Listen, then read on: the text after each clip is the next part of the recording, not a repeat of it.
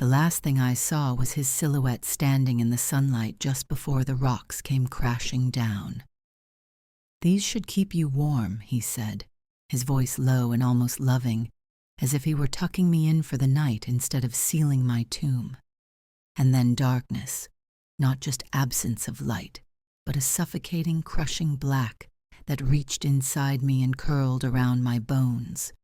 The silence came next, heavy, total, and then the cold, a deeper kind of cold that came not from the stone walls around me, but from the realization Charles had left me to die. 15 years. That's how long we were married. 15 years of shared coffee cups, road trips, anniversaries that slowly turned into obligations. We were partners once, or maybe I only thought we were. I was always the scientist, the one with dirt under her nails and minerals in her dreams. Charles, he was the smooth talker, marketing, pitches, investors, the face of charm, the voice that knew exactly what to say until it didn't anymore, until it went quiet. I should have noticed it sooner. The way he started looking at me like I was a burden instead of a partner. The way he'd go silent during dinner when I talked about research. Or the way he never once asked me why my latest discovery meant so much not just to me, but to the entire field. I found tantalum and niobium veins deep in the Sierra Nevada mountains. Strategic, rare metals buried under centuries of forgotten earth worth millions, maybe more. I didn't think it would matter to him. I thought he'd be proud. When I first showed him the map, he smiled, said we should go check it out together. Just the two of us, like old times. I remember laughing, thinking maybe we were finding our rhythm again. He packed the bags. I brought the charts. The drive up into the mountains was quiet but not unpleasant. We wound through forests turning amber with early fall. I pointed out rock formations. He nodded politely. We reached the trail head by noon. The site was remote, about 200 meters uphill on foot. I'd marked the entrance of the cave 5 years ago during a previous survey, but never had time to go deeper. That day, I felt something electric in my chest, the thrill of discovery, and maybe something like trust. Charles carried 2 backpacks, mine lightweight and his heavier than necessary. I didn't think to ask why. The hike took about an hour. I led the way, stopping occasionally to check the topography. Charles stayed a few steps behind. When we reached the plateau, I pointed toward the darkened mouth of the cave. "There," I said, breathless. "That's where it starts. Locals call it Widow's Hollow. Don't worry, the name's just folklore." He didn't laugh. Inside, the air was cool and metallic, like old coins and damp earth. We turned on our headlamps. My pulse quickened as I moved deeper into the cavern, tracing my fingers along the wall. There it was, a glittering black seam across the stone. Tantalum, rich, untouched. My throat tightened. "I was right," I whispered. "This is it." I crouched carefully, collecting samples, labeling them one by one. Behind me, I heard Charles step back, then further back, the crunch of his boots. I didn't turn. I should have, but I was too caught in the moment until he called out. "Nat," he said softly, "come here. I want to show you something." Something in his tone stopped me. I turned slowly, tucking the samples into their case. "What is it?" He smiled. "Not the kind that warms you, but the kind that chills your spine. Just come here." I stepped closer. The light from his headlamp flickered over the jagged walls behind him. He reached for me, pulled me close. "I love you," he whispered into my ear, hands tightening around my waist. "You know that, right?" My breath caught. "Charles, what are you doing?" He pulled away just enough to look at me, eyes darker than I'd ever seen. "I'm sorry." Then came the push, swift, calculated. My back hit the cavern wall hard, and before I could scream, he turned and sprinted toward the exit. I scrambled up, shouting his name, tripping over rock and dust. That's when I heard it, the first crack of falling stone, then another, then the deafening roar as the entrance collapsed in a storm of granite and gravel. I ran until my hands hit stone, solid, immovable. I pounded my fists, screamed until my throat tore. "Charles, what the hell are you doing? Open this damn cave." Silence, and then his voice, muffled, calm, almost kind. "You always loved your rocks more than me, Natalie. Now you can stay with them forever." He was gone. I pressed my forehead to the stone, breath coming in shallow bursts. This couldn't be real. He didn't just know. No, he couldn't. Not Charles. Not after everything. But even as I told myself that I knew the truth, he'd calculated every move. From the second we left Elkmont, this was his plan. I collapsed onto the floor, flashlight beam flickering across the cave's wet, glittering walls. Somewhere deeper in the tunnel, water dripped steadily, counting time in cruel rhythm. 15 years of marriage ended in one act of cold, deliberate betrayal. I was buried alive and no one knew I was here. Or so I thought. I don't know how long I lay there. Minutes, hours. Time doesn't behave the same way when you're trapped underground. Every sound feels amplified. Every silence feels infinite. I forced myself to breathe, to stay calm, but my mind wouldn't stop racing. I thought of everything. My team back at the Institute, the grant committee waiting on updates, my sister who hadn't heard from me in weeks, and Charles. Always Charles. My hands trembled as I fumbled with my flashlight, adjusting the beam. I had maybe half a bottle of water left and a couple of protein bars in my pack. I wasn't supposed to be gone long, just a field scan, an update. Not this. The beam caught on something ahead. Not rock, not crystal. Movement. I froze. There, maybe 20 FT away, a figure stepped slowly into the light. Tall, broad-shouldered, with a thick beard and sharp, alert eyes that caught mine like steel. For a moment I couldn't move. My heart pounded so loudly I thought the cave itself would echo it back. "Who? Who are you?" My voice cracked from screaming. He didn't flinch, just raised his hands, palms open. "Easy," he said quietly. "I'm not here to hurt you." He stepped into full view, revealing an old lantern in his left hand and a hunting knife strapped to his belt. His clothes were worn but functional, a canvas jacket, faded jeans, and heavy boots caked in mud. Not someone you expected to see in a sealed cave or anywhere, really. "My name's Elias," he said, "and I think you and I have a problem in common." I backed up against the wall, still gripping my flashlight like a weapon. "How the hell did you get in here?" "There's another way in," he said, "and out. But it's not easy." "You live here?" I asked, still barely processing. "More or less." He gave a slight nod. "It's been 3 years since I left the mountains. This place, it's quiet, safer in its own way." I stared at him, trying to read his expression. There was nothing threatening in his tone, but something about his calm unsettled me. "You hurt everything." He hesitated, then nodded once. "Most of it, enough to know your husband's not coming back." I clenched my fists. He tried to kill me. Elias looked down, his jaw tightening. People do awful things when they're desperate, but that was calculated.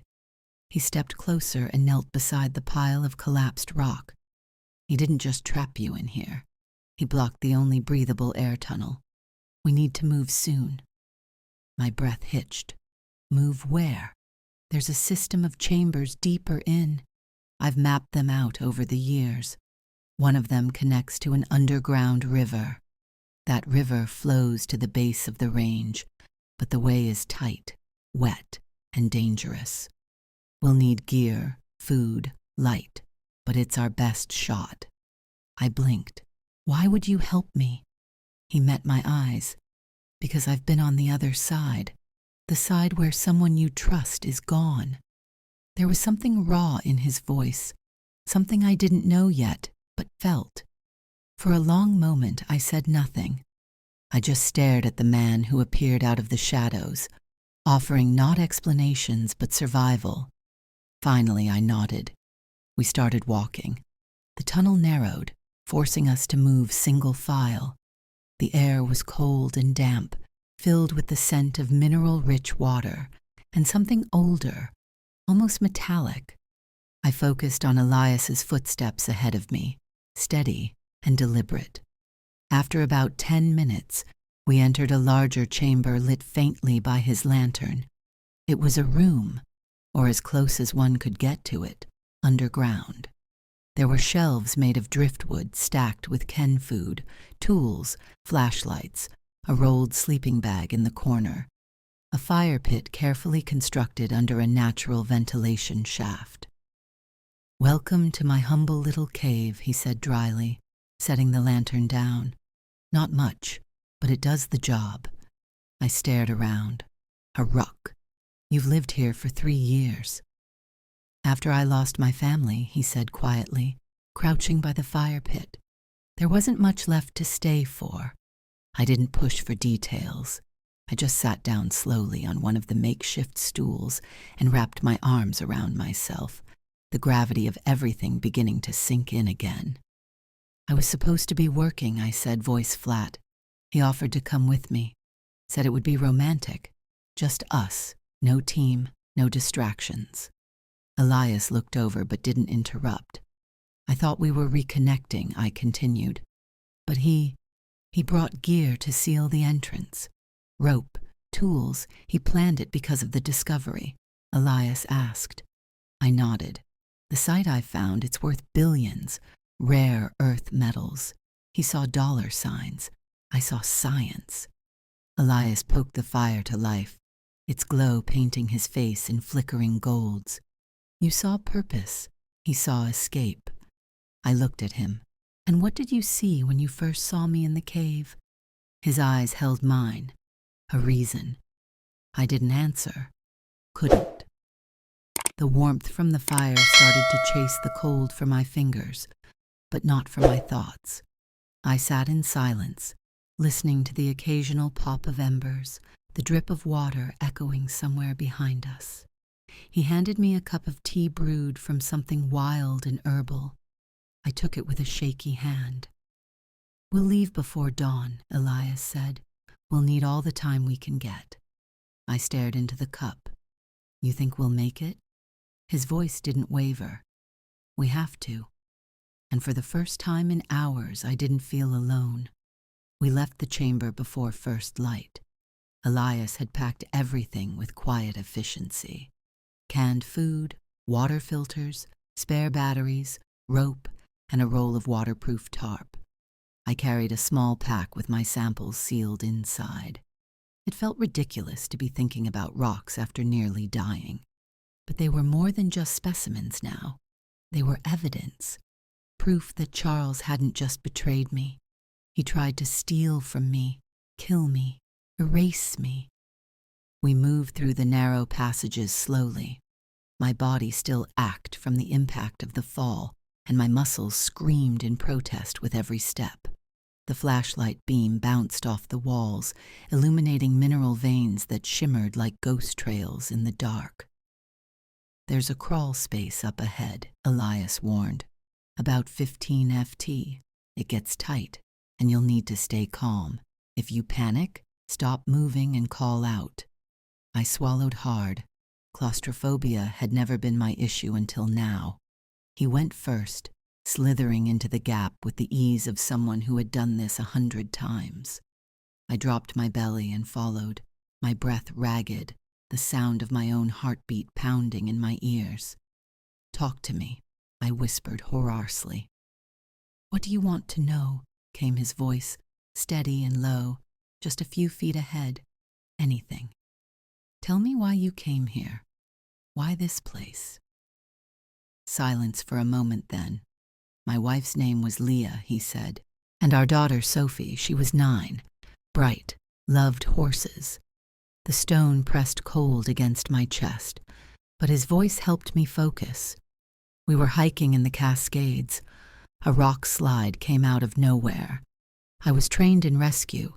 I knew the terrain, but I was 20 FT too far. I winced. "They were buried before I could even get to them," he continued. "I dug for hours with my bare hands, broke them bloody, found her necklace first, then her little boot. My stomach clenched, but I said nothing. I left my job after that, left everything. Came here because I thought if I could live where the silence was loud enough, maybe the guilt would stop echoing." We emerged into another chamber. I gasped, partly from relief and partly from the strange beauty around us. The walls were covered in long, delicate stalactites, their tips glittering with moisture. The floor rippled with mineral pools. Elias turned to look at me. "You okay?" I nodded. "Yeah, thanks for talking. I needed that." "Talking keeps the panic away," he said simply. We kept moving. The further we went, the more the air changed. Cooler, more humid. I felt it before I heard it. A low rumble, deep and constant. "The river," Elias said. The chamber opened up abruptly into a jagged ledge overlooking an underground river, black and fast-moving. The sound of rushing water filled the air, echoing off every surface. Elias pointed toward the far wall. "There's a ridge trail that follows the river. We'll move along that for a few hours, then take a narrow crossing." I peered down at the water. It looked like oil, thick and wild. "Has anyone ever made it out that way?" "Just me," he said. "And now, hopefully you." We descended carefully, placing each step with deliberate caution. The ledge was narrow, sometimes barely wide enough for one boot. At times, Elias had to turn and offer his hand, helping me balance as we edged past wet, slippery outcroppings. I hated how much I had to rely on him. I was always the one people looked to on the mountain, in the lab, in the boardroom. But now my life depended on the steady hand of a stranger. When we reached a wider section of the ledge, Elias handed me a protein bar and a canteen. We sat resting. "You think he's told anyone yet?" I asked. "Charles." He was silent for a beat. "Then he's probably already made his move. Told people it was an accident, that he tried to save you." I looked out at the water. "Do you think anyone would believe that?" "They'll believe what's convenient," Elias said, "unless you give them a reason not to." I clenched my jaw. "I will." He watched me quietly. "You still have the samples." I patted my pack, waterproofed and intact. "Good. You'll need them." The thought of facing Charles again made my skin crawl. Seeing his smug, calculating face, knowing he was out there spinning the narrative while I bled in the dirt. But there was no turning back. I had survived. That meant something. Elias stood and extended his hand. "We've still got a long way to go." The trail narrowed again, forcing us to walk single file. The river roared beside us. At one point, the path disappeared entirely, and we were forced to wade thigh-deep through the icy current along the wall. "Keep close to the rock," Elias instructed. "Use the handholds, step sideways, not forward." We moved inch by inch, the cold slicing through my clothes. Every muscle in my legs burned. My fingers went numb, gripping the rock. By the time we pulled ourselves onto dry stone again, I was shaking uncontrollably. Elias handed me a dry towel from his pack and set up a small heating packet under a thin Meyer blanket. "We'll rest here," he said. 10 minutes. I huddled in silence, teeth chattering, mind racing, and then softly I said, "Thank you." He didn't respond right away, just sat beside me, close enough for warmth, far enough for space. "You're stronger than you think," he said at last.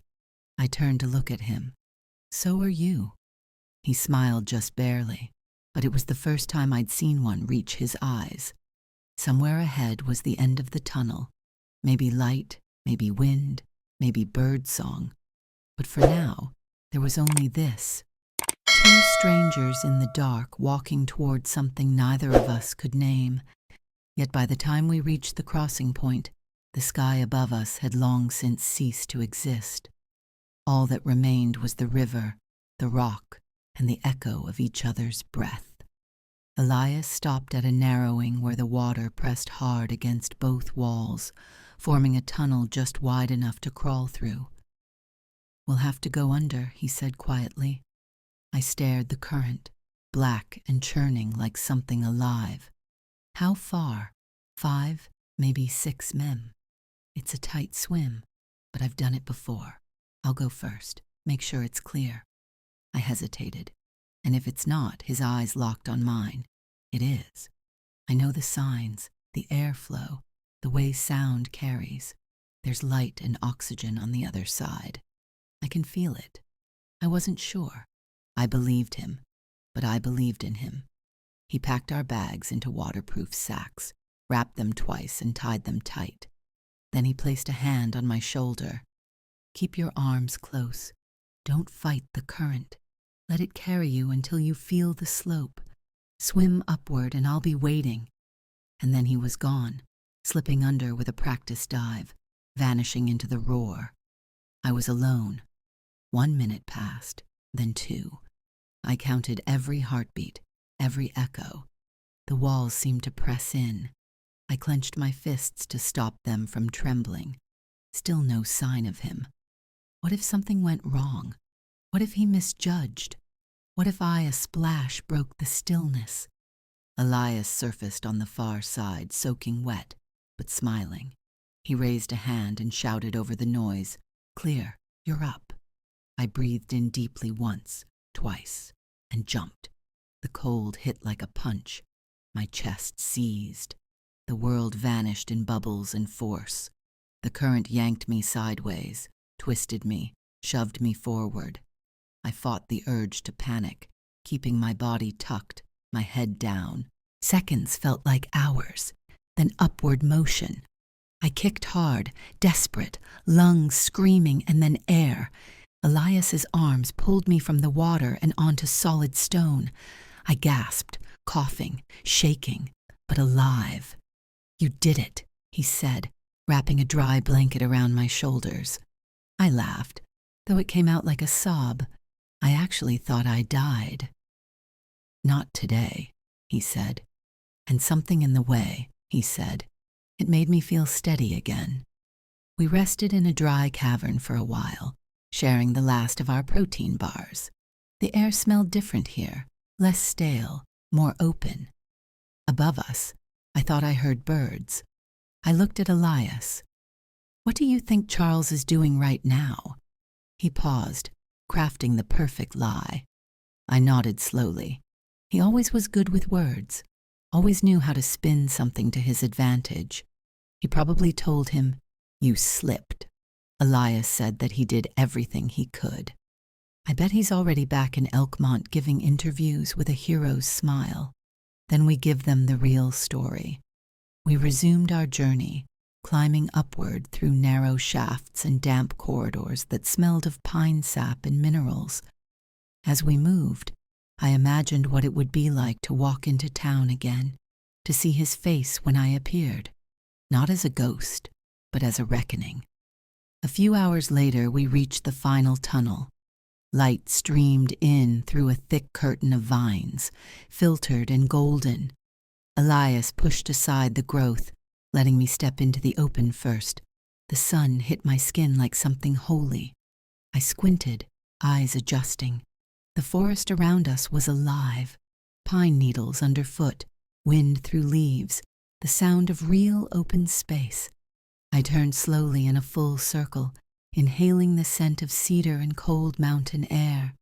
Tears welled up in my eyes before I even realized it. Elias joined me, blinking into the sun. "Welcome back," he said softly. We started down the slope. From this vantage point, I could see the ribbon of a highway and the faint outline of Elkmont nestled in the valley. Smoke rose from chimneys. It looked small, distant, ordinary. 3 hours later, dusty and sore, we stepped into the outskirts of town. I felt like a stranger walking into someone else's dream. People stared. We must have looked like ghosts, clothes torn, covered in dust, eyes too wide. We found the local diner first. I don't know why. Maybe because I needed something real. The scent of frying eggs and cheap coffee was enough to ground me. But what stopped me cold was the flicker of a TV on the far wall. There he was, Charles. On the screen, he stood in front of a cabin. I recognized. Our cabin dressed in black, speaking into a microphone, eyes solemn. It was an accident, he said. We were exploring a new section when the cave-in happened. I tried to save her. I did everything I could. I stared, heart hammering. The waitress noticed me frozen in place and frowned. "Ma'am, are you all right?" Elias stepped forward. "Is there a sheriff in town?" She pointed. "Station's 2 blocks over, end of Main Street." We didn't wait. By the time we reached the station, I was trembling. The officer on duty blinked at us as we entered, unsure of what to make of our arrival. "I'm Natalie Vega," I said, "and I need to report an attempted murder." That sentence shifted everything. They took us into a side room. Another officer was called. Statements were made. I showed them the samples. Elias gave his account, the timeline, the exact words Charles said before sealing the inside. The sheriff, a stocky man with tired eyes, looked at both of us and said, "This isn't local anymore. We'll contact the county." I nodded. "Do it fast. He's moving on the discovery. He's probably already filed a death certificate." As if to confirm it, the sheriff typed something into his computer, then swore. He did. 2 days ago, already petitioned for spousal inheritance of intellectual property. I closed my eyes for a second. Then I need to prove I'm alive and that it was my discovery, not his. "You've got more than enough," Elias said beside me. I opened my eyes and looked at him. For the first time in 4 days, I believed he might be right. The next morning, I woke up in a borrowed flannel shirt and jeans that didn't fit. The motel room smelled like old cedar and bleach, but after 3 nights in a cave, it may as well have been the Ritz. Elias had taken the room next door.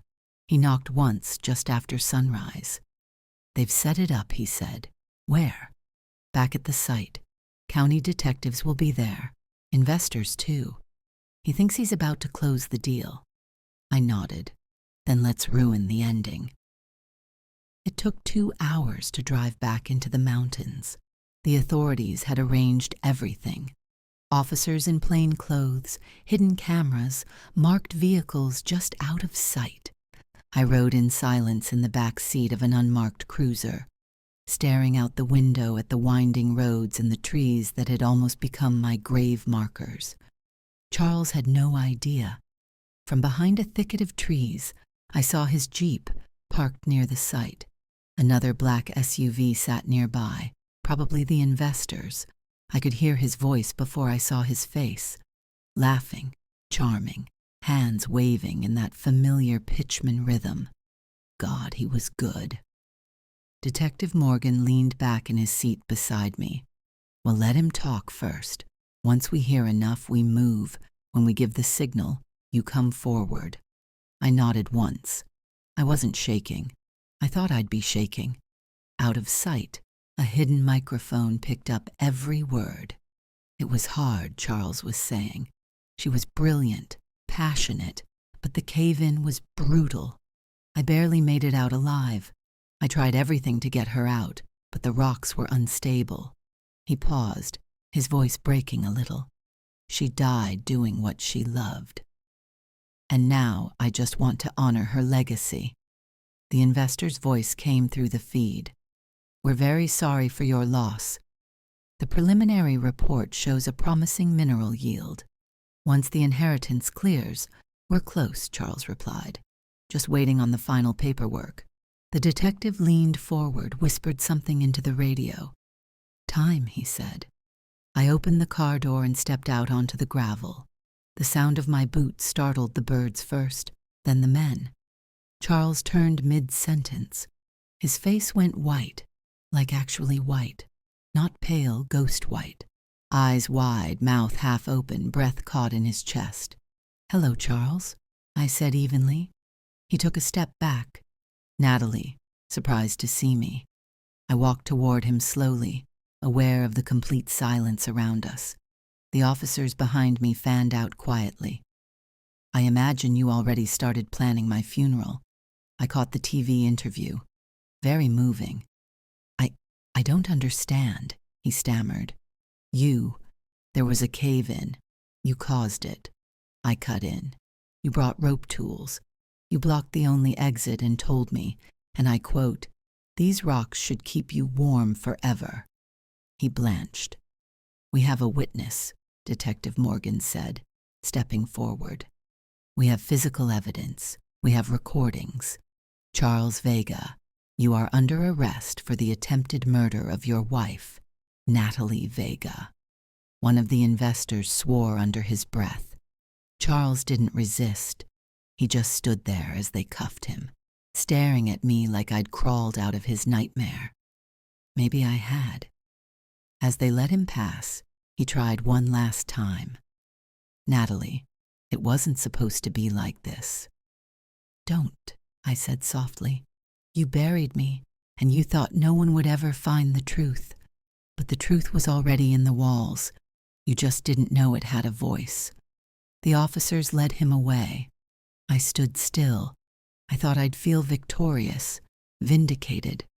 But all I felt was tired. I walked back to the SUV. The investors didn't follow. One of them tried to speak to me. Something about reevaluating contracts, about possible collaboration. I held up a hand and kept walking. Later, as the site was being secured and the press began arriving, I found Elias by the tree-line. He was leaning against a tree, arms crossed, watching me. You all right? He asked. I nodded. It's done.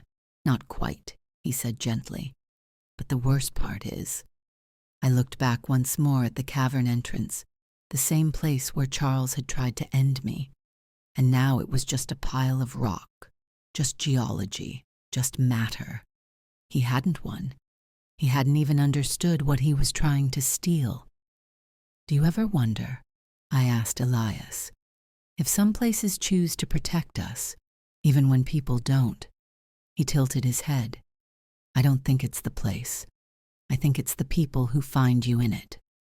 I looked at him, and for the first time since the cave, I let myself really feel what had happened.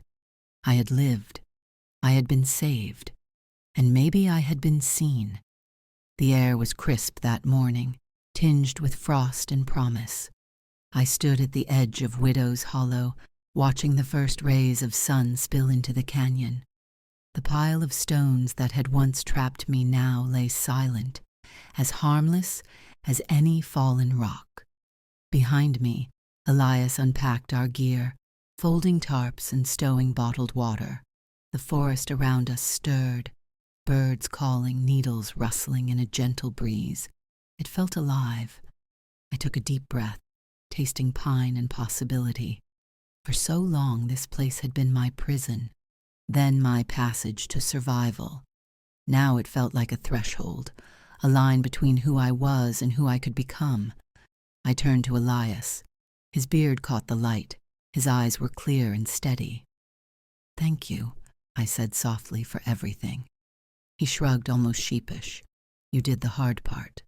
No, I insisted. You came when no one else knew I was here. You guided me when I thought I'd never see light again. You trusted me. He met my gaze. I did because I believed you deserved to live. My heart thumped, living more than mere breathing. I remembered sinking into that icy stream, believing the darkness would be my end. but something inside me refused to give up, and he honored that refusal. "We should head back," I said. "I have to reclaim my life." He nodded. "Whatever you need." We walked side by side down the trail, each step lighter than the last. At the parking area, my rental SUV waited, dust-coated, but ready. I opened the back door and loaded our packs, then turned to him. "Will you come?" I asked. "To Elkmont, to the Institute." He paused, eyes drifting to the winding road. "I never thought I'd leave these mountains." I swallowed. "I know, but maybe it's time." He looked back at me, a slow smile forming. "For you, I'd try." Tears pricked my eyes. I touched his arm, surprised by the warmth of human contact after days in the cold underground. "Thank you," I whispered. We drove in companionable silence, the car a bubble against the world. When we reached town, the streets were calm, locals going about their morning routines, unaware of the drama that had just unfolded up the mountain. I pulled into a small lot beside the Geology Institute. The building looked the same, but I felt different. Inside, Director Ramirez greeted me like a miracle survivor. He clasped my hand and congratulated me on the evidence submitted. In the back office, I signed papers restoring my name to the discovery. The weight of false death certificates, forged inheritance claims, they all vanished under the crisp seal of truth and justice. Later, Elias and I walked through the halls lined with rock samples and mineral maps. I showed him the lab where I first analyzed my tantalum veins, the conference room where I would now present my findings. He listened, genuine interest lighting his features. "This is your world," he said. "I'm honored to see it." I laughed light-free. "And you? Where do you belong now?" He considered, then replied, "Somewhere between the silence of the caves and the heartbeat of humanity. Maybe here with you." My breath caught. This was not just gratitude or pity or convenience. It was something deeper, a choice to step forward together into uncertainty, because we had walked through fear and betrayal and come out stronger. Over the next few weeks, I returned to fieldwork, this time with a full team, legal protection, and plans for sustainable extraction. Elias stayed by my side, offering safety assessments and survival workshops for new recruits. The Institute renamed the discovery Vega Ridge in recognition of my work. I accepted the honor with quiet pride. One evening after the lab had emptied, Elias knocked on my door holding 2 steaming mugs of tea. Outside, twilight faded into stars. I joined him on the balcony. "I've been thinking," he said, offering me a mug about what comes next. I sipped, savoring the warmth, and he met my eyes. "I want to stay to build something with you.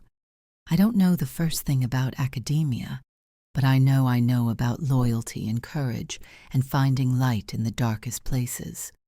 A breeze stirred, lifting strands of my hair. I felt my heart open as if the mountain itself had cracked me free. "I'd like that," I said truthfully. He smiled, relief and hope mingling in his expression. "Then let's start here." We clink-tacked mugs, and the sound echoed softly under the night sky. I thought of Widow's Hollow, once my grave, now a symbol of resilience, and of the man who rescued me, who chose to believe in me before anyone else did. The world beyond these mountains was vast and unpredictable, but for the first time I wasn't afraid. I had my discovery back, my voice restored, and beside me was someone whose unwavering faith had saved my life. As the stars wheeled overhead, I whispered a promise to honor this second chance, to live fully, to never let darkness bury my truth again. And I knew this was only the beginning.